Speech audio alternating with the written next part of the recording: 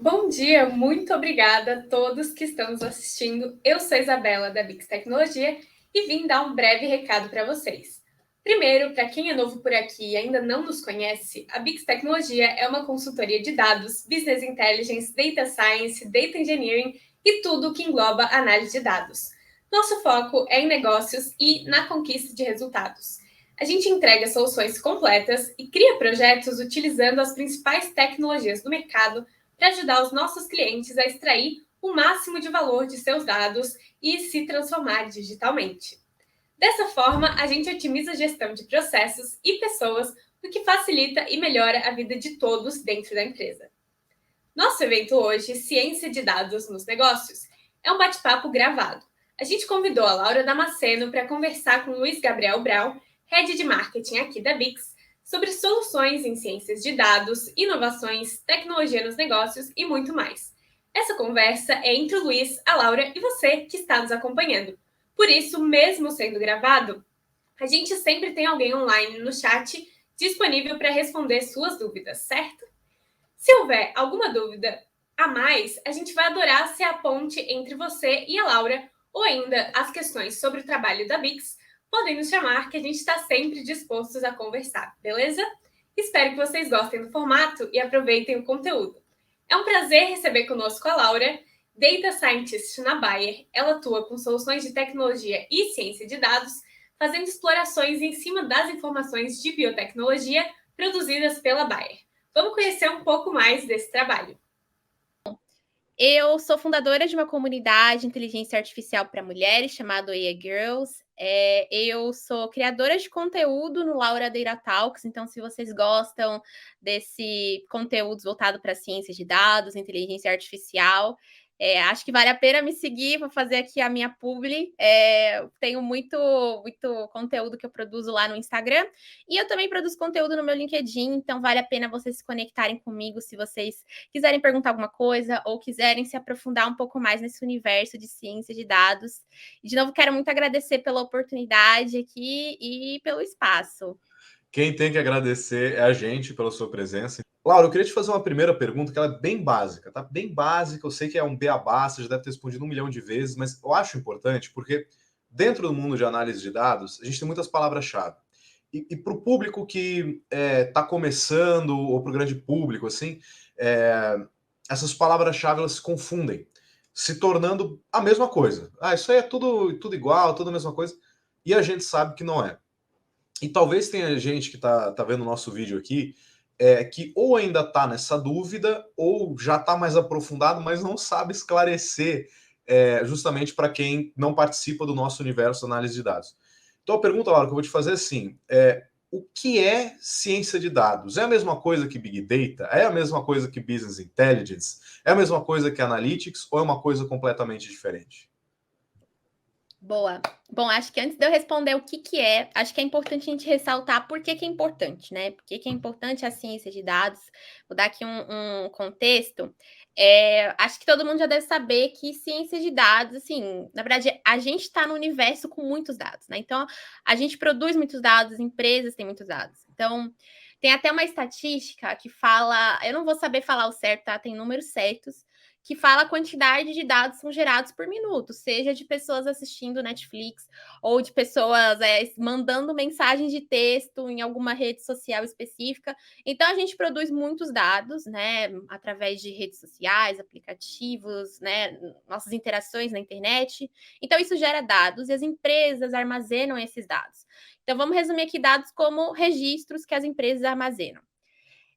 Dado isso, né, as empresas identificaram que esse grande volume de dados, né, acaba sendo chamado de Big Data, tá? Então, Big Data é um tipo de estrutura de dados. Então, Big Data ele tem alguns pilares, tá? Não são todos os dados que são Big Data, tá? Então, existem alguns pilares que o primeiro, se eu não me engano, é volume. Então, é a quantidade de dados que são gerados por minuto ou por segundo, por fim, né? O volume indica mais essa quantidade de dados. Aí temos velocidade, que aí entraria a parte de minutos, se é por segundo.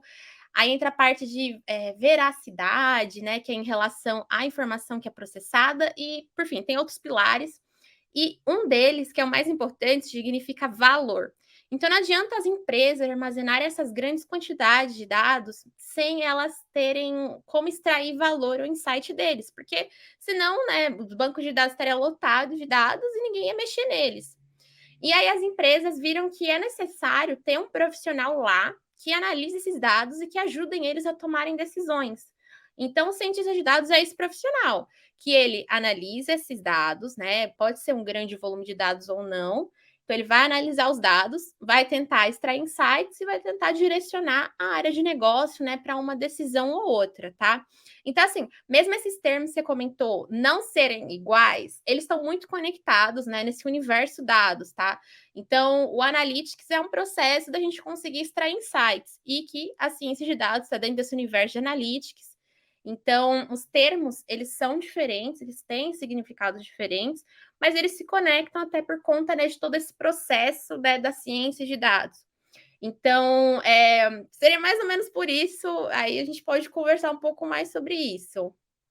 Eu acho que é muito importante, né, quando a gente fala desses termos, como são os que eu citei, que você fez um trabalho incrível de aprofundar e também de dar esse contexto organizacional, né, dos negócios, porque a ciência, vamos pensar primeiro ciência, não ciência de dados, né? Às vezes a gente acha que é um negócio meio alheio, assim, ó, e de fato, em algum nível, a academia ela tem que poder exercer a ciência e ser a ciência sem estar necessariamente ligada a negócios. Porque às vezes a academia pode estar desenvolvendo uma grande revolução que os negócios não querem que revolucione tão rápido, vamos dizer assim. Então é bom que haja uma isenção. Mas a ciência de dados, embora, claro, tenha uma aplicação enorme no mundo acadêmico e tenha uma aplicação enorme na nossa existência, digamos assim, eu acho que é dentro do contexto de negócios que a gente consegue fazer que ela caminhe, com essa tecnologia vá mais rápido. Porque justamente por conta de ser negócio, gerar lucro, tem uma certa velocidade que se dá a esse processo de conhecimento.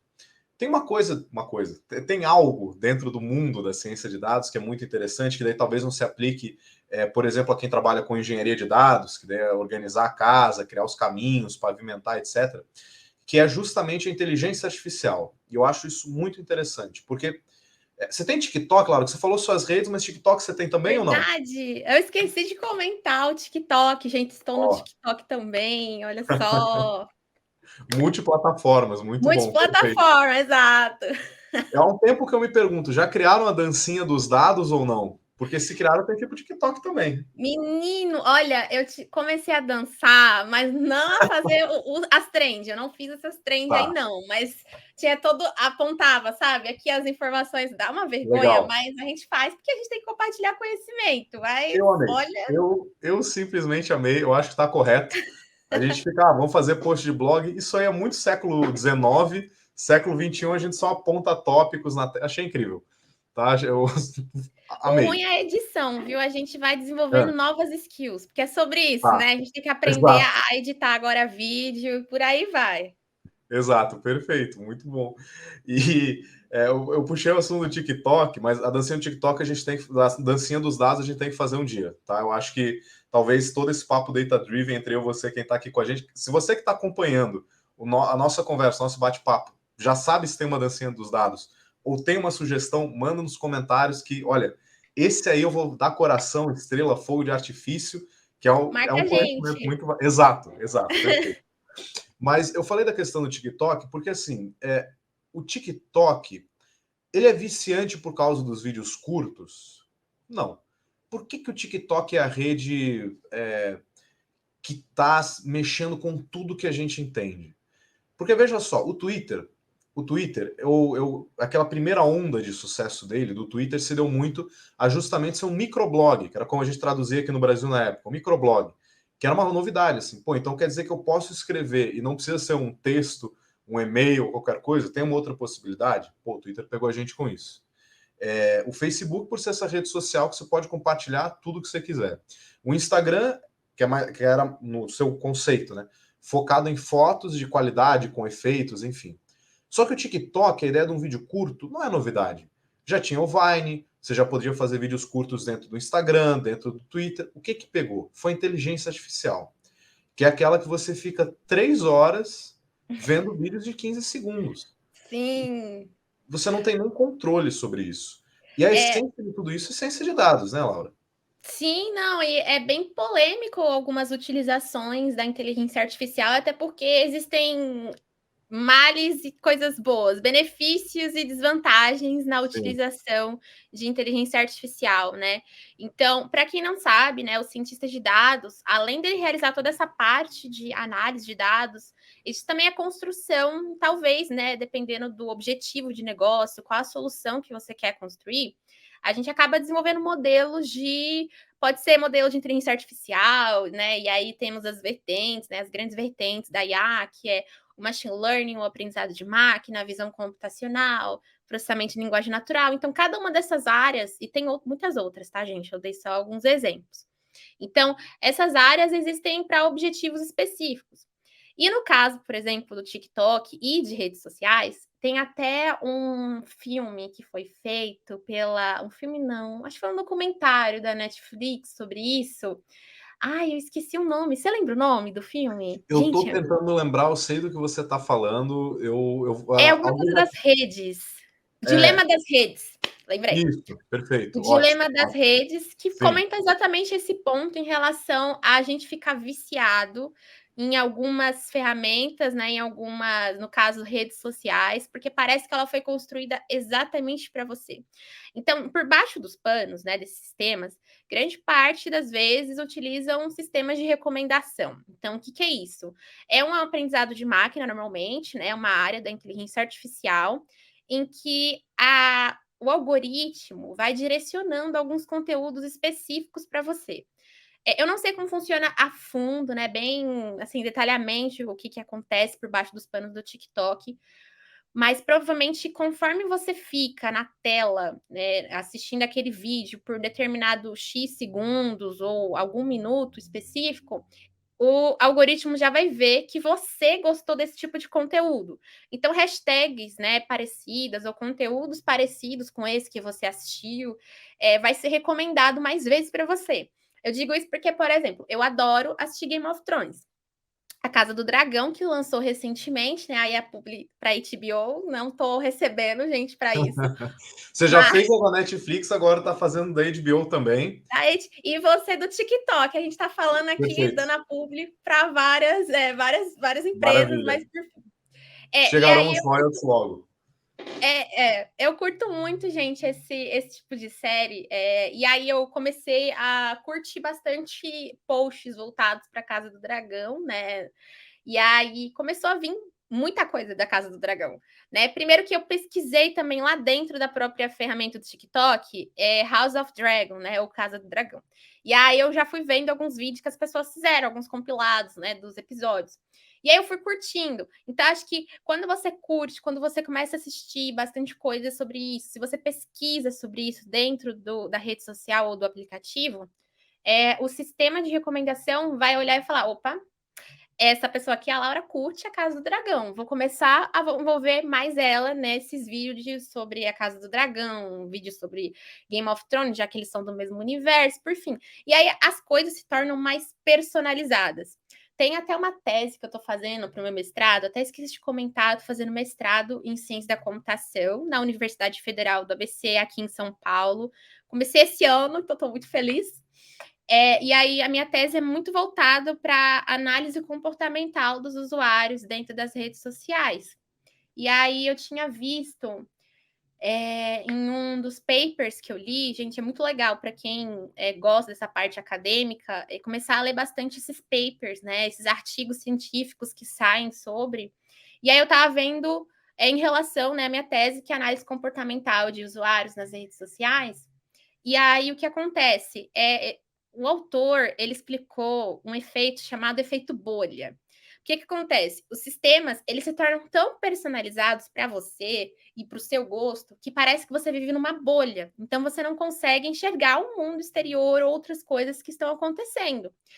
A gente pode dar muito esse cenário em relação à política, né? Que foi algumas pessoas se surpreenderam bastante com os resultados, né? Outras não, porque a gente acaba estando dentro de um movimento, né, dentro de uma bolha, que a gente acha que todo mundo concorda com as nossas ideias, né? Tá todo mundo junto comigo, né? Todo mundo adora o que eu falo, e aí a gente não sai dessa bolha, né? A gente não emancipa ela, mas isso não é por conta da gente, isso é algo que os próprios sistemas de recomendação, eles acabam fechando muito a gente, né, limitando muito o nosso mundo dentro das redes sociais.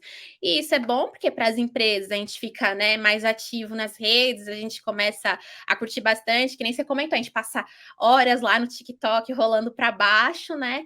Mas o ruim é que, além, né, de questão de saúde, né, e tudo mais, o ruim é que a gente acaba limitando o nosso mundo, né? Então a gente fica bem limitado para isso.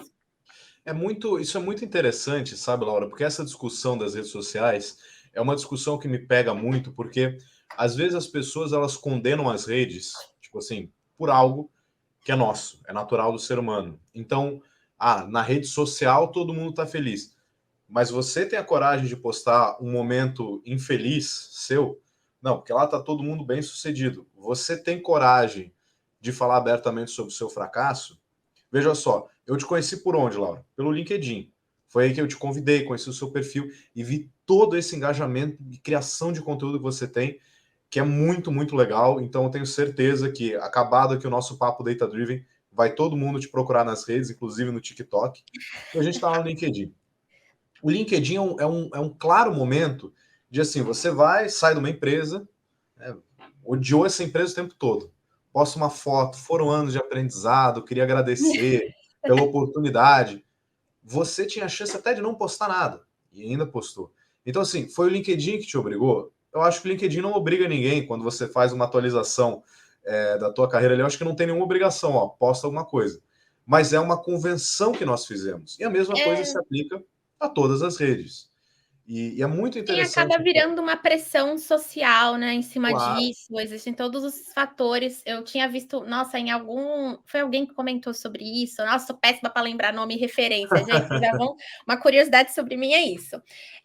Que falaram sobre a fake felicidade, né, a felicidade fake, alguma coisa assim, que as pessoas postam muitas coisas, né, felizes, de conquistas, que aí as pessoas inconscientemente tentam seguir esse mesmo padrão, né, esse mesmo estilo e comportamento. Claro que tem pessoas que fogem, né, dessa tendência, né?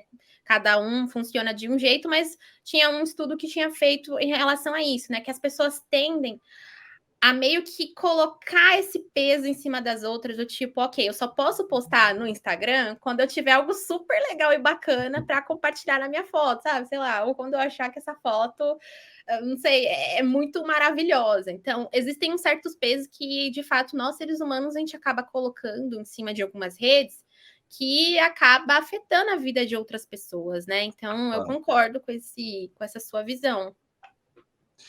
E ainda assim, a gente cria essas diferentes convenções, né, de como é que a gente se relaciona, e mostra mais uma vez que a tecnologia, por mais incrível que ela seja, isso é uma coisa que a gente defende aqui na DDO, na Data Driven Organization, que assim, essencialmente são pessoas. Porque por mais que você esteja falando uma tecnologia ultra sofisticada, ainda assim ela foi feita por pessoas e ela vai ser consumida de alguma forma, ou utilizada por pessoas. Então, uma das coisas que a gente fala aqui, quem acompanha o Papo Data Driven já não aguenta mais eu falando isso, mas eu sempre faço questão de reforçar, é o seguinte: havia um tempo em que a dor que a gente tinha era a falta de tecnologia. A gente está falando de fazer essas análises, né, de recomendação. Antes a gente precisava ter um vendedor que vinha, te conhecia, sabia o tipo de vídeo que você locava na locadora, no VHS, tinha tudo isso, e agora a gente conseguiu transformar isso em tecnologia. Naquela época, não, era inviável existir qualquer outra forma, embora com certeza houvessem algum tipo de tentativa, né, de mudar essa situação. E era muito gostoso, tá, Laura? Eu sou muito cringe, eu sinto saudades de locadora de um jeito que você não imagina. Eu acho que era muito melhor antigamente, e é isso. Eu queria fazer. E assim, é exatamente nesse parênteses, tá? É só nisso. Então, eu queria fazer isso. O resto, eu amo tudo, mas uma saudade de locadora que você não imagina. Mas, enfim, existia uma limitação tecnológica para muita coisa do que a gente queria fazer. Hoje, a tecnologia ela já não é mais um empecilho. Ela já está aí. Ela já tem muito software para ser utilizado. Dentro do contexto de Business Intelligence, por exemplo, eu acho que toda semana sai uma ferramenta nova que tem algum passo mais à frente, ou a faz mais rápido, ou lida com quantidade maior de dados, ou mais barato, enfim, alguma coisa ela vai ter diferencial. Coisa que há 20, 30 anos não existia. Você aplicar os conceitos de inteligência de negócio, com certeza era muito complicado. Coisa que não é hoje. O que mudou, então, para a gente conseguir promover uma transformação digital e uma revolução de fato? A gente precisa capacitar e empoderar as pessoas, ajudar elas a emergir nessa cultura de dados. Não é, todo mundo vai ter que virar cientista de dados. Não, tem nada a ver com isso. Mas dos profissionais conseguirem encarar uma situação, um desafio de negócio e entender que o caminho para superar esse desafio ou para conquistar esse resultado que se deseja, talvez esteja nos dados que estão contigo. Né? E eu até anotei aqui, você falou que está fazendo mestrado na Federal do ABC, é isso? Isso aí. Como é que fala? É o FABC? Como é que fala? O FABC. O FABC. O FABC, isso. O FABC, tá. Já que você está fazendo mestrado no FABC, você comentou de análise comportamental nas redes. Isso é uma coisa que você está pesquisando, é uma coisa que a gente imagina que ocorra, digamos assim, que é feita essa análise. Mas tem muito negócio que o gerente, enfim, poderia fazer uma análise do seu cliente, sem ser por uma rede. Como é que alguém pode começar a fazer isso? Olha, sem ser pelas redes sociais, você pode ver, sei lá, a partir de NPS, talvez, né? Por exemplo, se a pessoa gostou do meu produto, eu preciso, né, mandar uma pesquisa para ela. Se ela gostou do meu serviço, eu precisaria, né, mandar uma pesquisa para ela, ver por fim, mandar todo um questionáriozinho para ela poder responder em relação aos produtos. Eu acho que isso pode ser uma alternativa em relação às redes sociais. Mas tem um ponto que você comentou também, que é em relação à ciência de dados, que eu queria muito falar sobre, que, gente, nem sempre você precisa aplicar a ciência de dados para tudo, tá? É como se falam do deep learning, né? Para quem não conhece, né, deep learning ou aprendizado profundo, que são aquelas técnicas bem mais avançadas. Então, o que eu quero dizer é que se você tem um conjunto de dados muito pequeno e eu trabalhei, gente, antes de trabalhar na Bayer, eu trabalhei como consultora na IBM, né, em ciência de dados.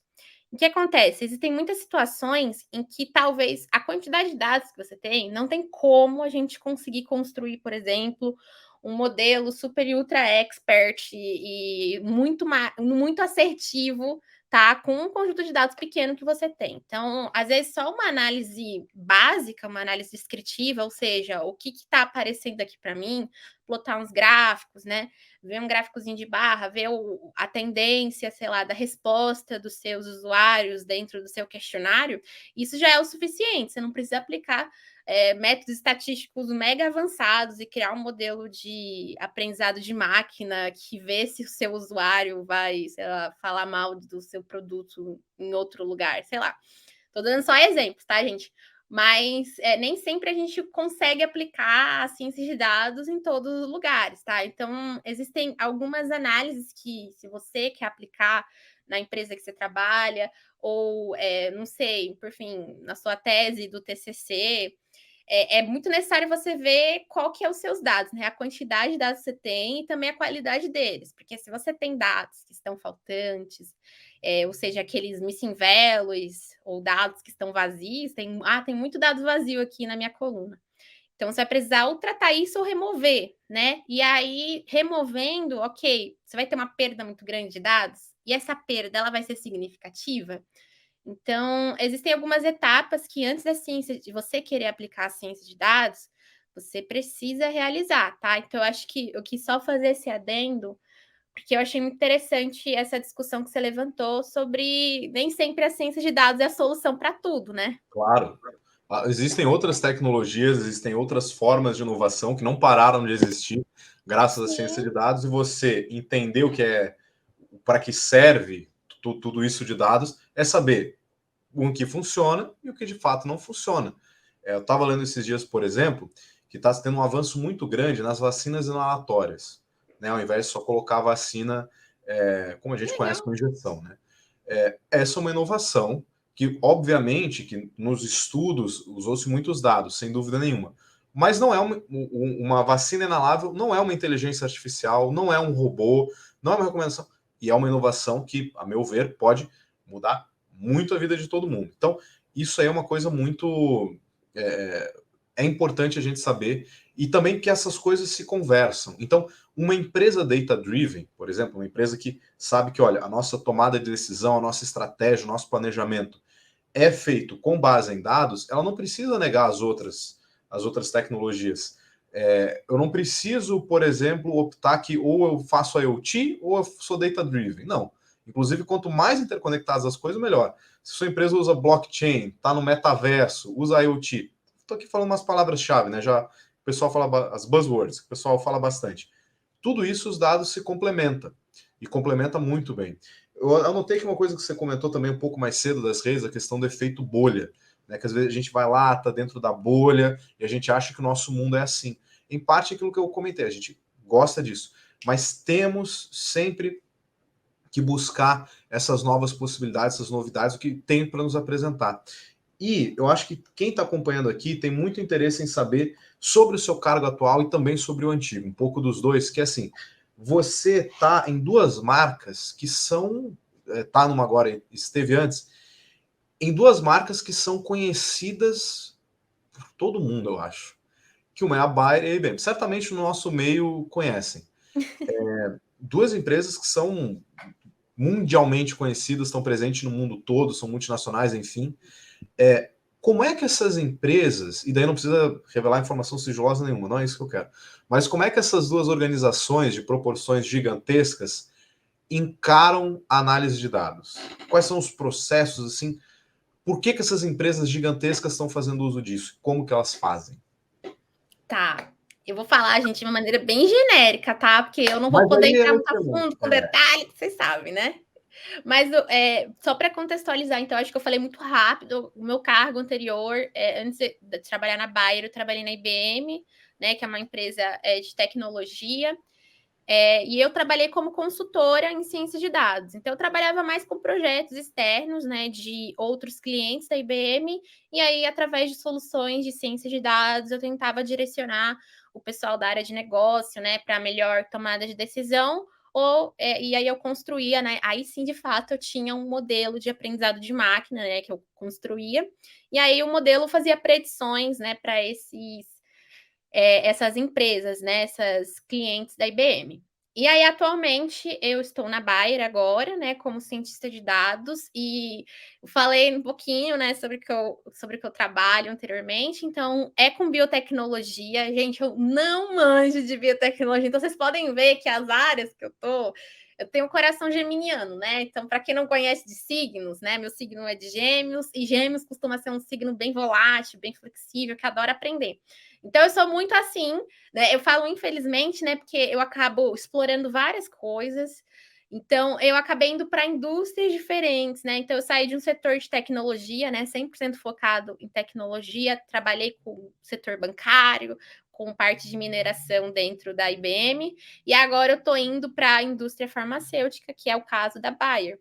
Então, a Bayer, ela tem vários produtos, né? Tanto essa parte de saúde, né? Venda de remédios para gente, e também tem a parte de agropecuária. Então, eu estou no setor de agropecuária, que também, gente, é algo muito novo para mim, né? Eu falei, deixei bem claro para o meu chefe que eu não conheço nada de agropecuária, biotecnologia para mim é algo muito novo, então eu estou aprendendo muito, né, no meu cargo atual.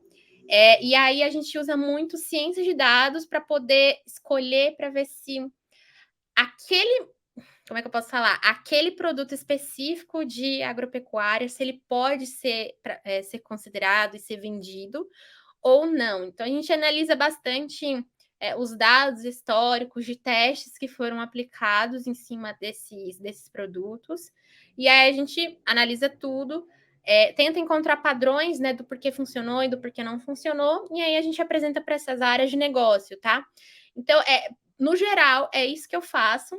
E eu acredito muito que as empresas, elas enxergam essa necessidade de ter ciência de dados, porque, que nem eu comentei anteriormente, né? Ok, a gente vai lançar um produto novo, tá? Mas como saber, né, que esse produto é bom de fato, né? Então você precisa realizar testes. E às vezes a estatística e a ciência, né, ajuda você a tomar melhores decisões, né, para ver se aquele produto pode ser vendido, né, se ele de fato teve os melhores resultados, né? Então isso você pode utilizar ciências de dados. Às vezes eu até brinco bastante que muitas áreas utilizam ciência de dados sem saber que é ciência de dados e sem terem o cargo de cientista de dados. Então, a ciência de dados é bem assim interdisciplinar e ela está em diversas áreas que várias pessoas aplicam até sem querer. Então, se você que está assistindo a gente, você não é cientista de dados, mas você olhou e falou, oxe, eu faço isso na minha empresa, parabéns, você é um cientista de dados. Já pode botar no LinkedIn. Justamente por essa horizontalidade da questão dos dados, né? Não tem, funciona para a indústria, mas não funciona para o varejo, mas funciona para isso, não funciona... nada a ver. Funciona para todos, porque todo setor e todo mundo, voltando lá no começo da conversa, a gente gera dados o tempo todo, né? Seja no TikTok, nos outros, a gente está sempre gerando dados. Dados eu sempre digo aqui também, dados é o novo petróleo, muito maior que o petróleo, e depois que o petróleo vira gasolina, você não consegue reaproveitar. É gasolina e acabou. É isso aí. Enquanto que dados serve para muitas coisas.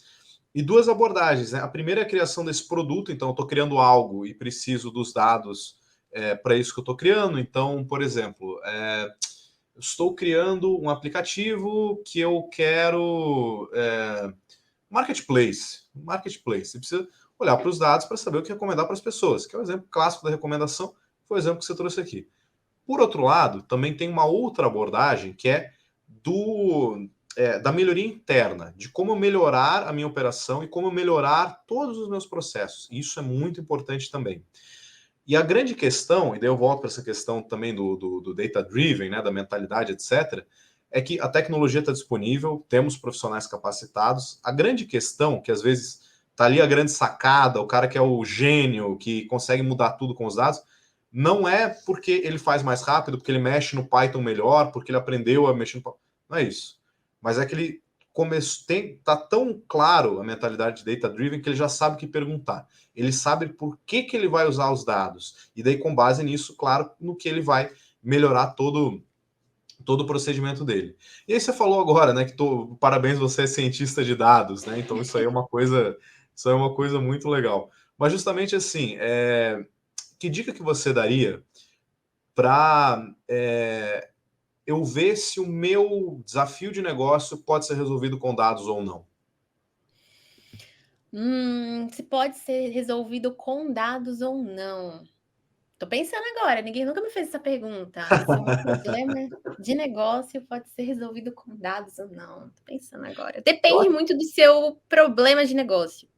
Tipo, por exemplo, se você quer saber se o seu, não sei, se o pessoal sei lá, se seus clientes gostaram do seu produto. Você precisa coletar dados para você poder chegar, né, nessa resposta.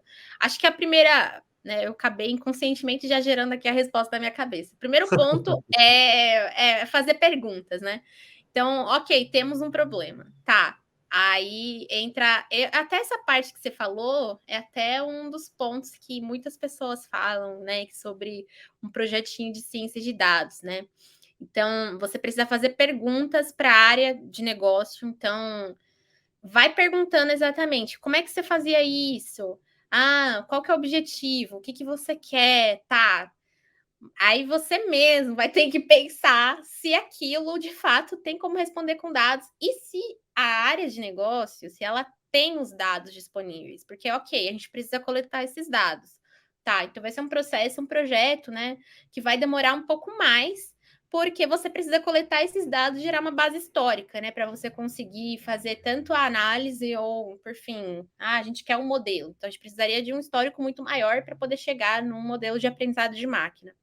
Então, acho que o primeiro ponto e a dica essencial que eu dou é: ok, me deram esse problema para eu fazer, então eu vou perguntar, vou fazer perguntas para essa pessoa em relação, por exemplo, temos os dados necessários para isso, né? Quais bases que vocês utilizam? É Excel? Tudo bem, Excel já, né, é uma base de dados, basicamente, né? Ok, temos Excel, então o Excel vale também. Como é que vocês faziam esse processo antes? Se as pessoas é até um ponto, assim, é um desafio que eu estou fazendo. E, de fato, tem como fazer isso com ciência de dados, mas o primeiro ponto que eu cheguei e perguntei para a área de negócio, que passou essa pergunta, né, esse desafio, cheguei e falei assim, como que vocês faziam isso antes? A gente usava, né, como é que fala? Eu esqueci, é um comandinho lá no Excel que você junta várias planilhas juntas. Gente, eu sou péssima de Excel. Então, eles faziam vários processos dentro das planilhas de Excel para poder chegar num planilhão gigante. E aí, com esse planilhão gigante, tem como automatizar toda essa etapa de geração dos dados, né, até chegar nesse arquivo final que eles precisam.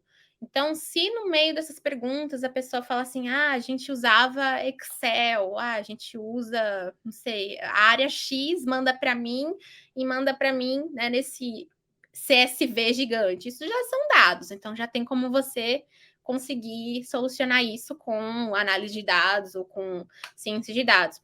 E eu acho que é legal complementar que tem um ponto que eu li no LinkedIn de uma moça muito famosa no exterior, que ela falou, é incrível, né? Porque a gente vê que a síndrome do impostor está presente em vários profissionais muito bons. E ela falou assim que ela trabalhava na Amazon e ela falou que ela mesma tinha medo de não se achar mais cientista de dados, porque ela fazia tarefas que as pessoas julgavam que não era de um cientista de dados. Então, por exemplo, engenharia. Então, se você faz o processo de extração de dados, uma base de dados, essa parte pipeline, né, de extração de dados, as pessoas entendiam que você já não era cientista, você está fazendo papel de engenheiro. Mas, na verdade, o papel do cientista de dados ele é muito grande. Você pode continuar sendo um cientista, mas também, né, fazer um papel do engenheiro, caso seu time não tenha um engenheiro de dados, você tem que se virar, né? Você tem que fazer esse papel. E aí, esse é o processo, tá? Laura, mas o que eu vou fazer é só uma automatização, eu só vou rodar aqui um códigozinho, tem que desenvolver um código, né? Eu ainda sou cientista, né? Isso aqui ainda é ciência de dados. Ainda é ciência de dados, né? Faz parte do papel do cientista. Você vai identificar o problema, vai tentar gerar insights, né? Ou chegar numa solução final, que no caso vai ser, por fim, o desafio X que a área de negócio quer, né? Então, essa é a dica que eu dou. Não sei se ficou muito claro, tá, gente? Então, se vocês tiverem dúvidas depois aí no vídeo, vocês vão colocando aí nos comentários do vídeo, tá? Com certeza deu para entender. E aquela história, né? Tem jogador de futebol que vai da zaga para o ataque, do ataque para a zaga, e ninguém diz assim, puta, tirou a bola, virou atacante agora, né? Não, aqui o mercado de trabalho chama de profissional generalista, né? Eu chamo de full stack, no caso aqui. Você faz tudo, entendeu? Full stack é isso. Eu chamo de pau para toda obra. Eu sou mais chutando. Também, entendeu? O famoso PPTO. Esse cargo aí. Exatamente. Muita tem gente vários nomes. Laura, eu queria te agradecer muito por esse papo. Eu só queria dizer, volte sempre, viu? Me convide mais vezes, viu, gente? Que assim, minha agenda é muito corrida, mas eu espero, né, contar com vocês e espero também, né, compartilhar mais meu conhecimento aí com a galera. Espero que eu tenha ajudado, tá, gente? Se ficou alguma coisa confusa, se vocês tiverem alguma dúvida ou vocês gostarem, né, gostaram bastante desse tema, me sigam nas redes sociais, inclusive tem muitos projetinhos bons. Eu não sei quando vai sair esse vídeo, mas eu vou falar para vocês, vou dar até um spoiler. Os meus conteúdos vão ser muito mais multiplataformas, então eu estarei em mais lugares. Vocês ainda vão ouvir a minha bela voz por aí. Então, se vocês gostam dessa temática de inteligência artificial, ciência de dados, bom, se conecte comigo, Laura Deira Talks ou Laura Damasceno de Almeida no LinkedIn. Obrigada a todos por participarem desse papo super importante sobre ciência de dados. Não deixem de se conectar com a Laura nas redes sociais e se você ainda não nos acompanha, vem fazer parte da nossa comunidade de mais de 10 mil pessoas no LinkedIn e nas demais redes sociais. A Bix agradece a todos pelo grande ano que fizemos juntos. Obrigada por acompanhar nossos conteúdos e levar a inteligência de dados para o mundo junto com a gente. Em 2023, estaremos de volta com as tendências e os conteúdos mais relevantes para a sua jornada com dados. Feliz Ano Novo!